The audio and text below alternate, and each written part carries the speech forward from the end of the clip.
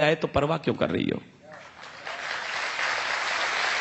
मैंने कहा अगर कबूतर श्वेत नहीं हम गुरु के बात छोड़ देते, इशारा समझे मैं बोल क्या रहा हूं, अगर कबूतर श्वेत नहीं हम गुरु के बात छोड़ देते तो लाहौर कराची को हम दिल्ली तलक जोड़ देते, तो लाहौर कराची को हम दिल्ली तलक जोड़ देते। हमने सिखों को, सरदारों को चुटकुलों की कौम बना के छोड़ दिया साहब। ये चुटकुलों की कौम नहीं थी सर, ये हिंदुस्तान के बलिदानों का सबसे बड़ा शिलालेख थी। हमारे आंकड़े बताते हैं, आजादी की अपनी तालियों को सहेजिएगा, अच्छा लगे तो बड़ा करना। आंकड़े बताते हैं 123 ऑथेंटिक फांसी हुई है स्वाधीनता के संग्राम में। आपकी तालियां शहादत को शायद बड़ा करें। 83 बेटे सिख मां की कोख ने दिए थे उसके लिए।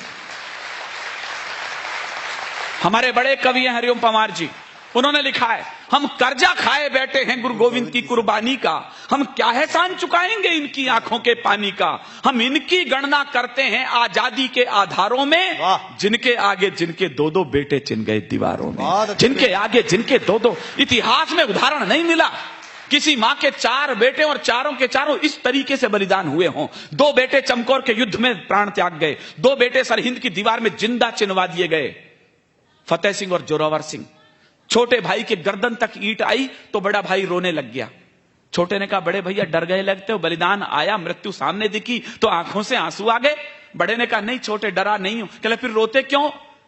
जो उत्तर दिया मेरे रोंगटे खड़े उसे जवाब देते समय। उसने कहा छोटे केवल इसलिए रो रहा हूं कि दुनिया में आया पहले मैं था, जा तू रहा है। बहुत अच्छे विनीत, बहुत अच्छे।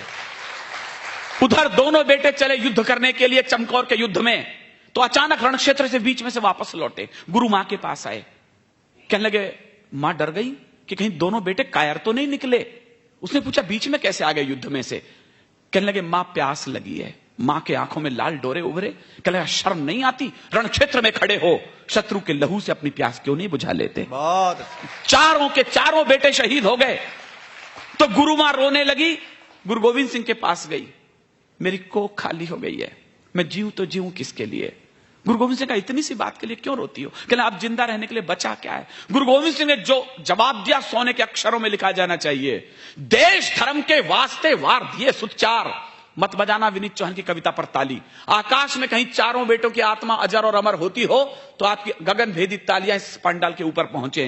देश धर्म के वास्ते वार दिए सुचार। अरे 4 मरे तो क्या हुआ, ये जीवित कई हजार। 4 मरे तो क्या हुआ, ये जीवित कई हजार। बलिदानों के पुष्प चढ़े हैं इस देश की बलिवेदी पर, तब कहीं जाकर आजादी की अक्षौहिणी सेना खड़ी हुई होती है। मुफ्ती मोहम्मद साहब आपको क्या पता कश्मीर कैसे बचा है? यहां पढ़े लिखे लोग बैठे हैं, नई पीढ़ी को शायद न पता हो। मैं केवल इशारा कर रहा हूं, मुफ्ती मोहम्मद साहब का पिछला काला इतिहास बोल रहा हूं। जो समझदार लोग हैं वो ताली बजाएं, जो नई पीढ़ी है उन्हें बताएं कि विनीत चौहान बोल क्या रहा था। ये क्या जाने बलिदानों की क्या परिभाषा होती है। 2 लाइन मुफ्ती मोहम्मद साहब से कह रहा हूं, सच लगे तो फिर मुझे सूचना दे।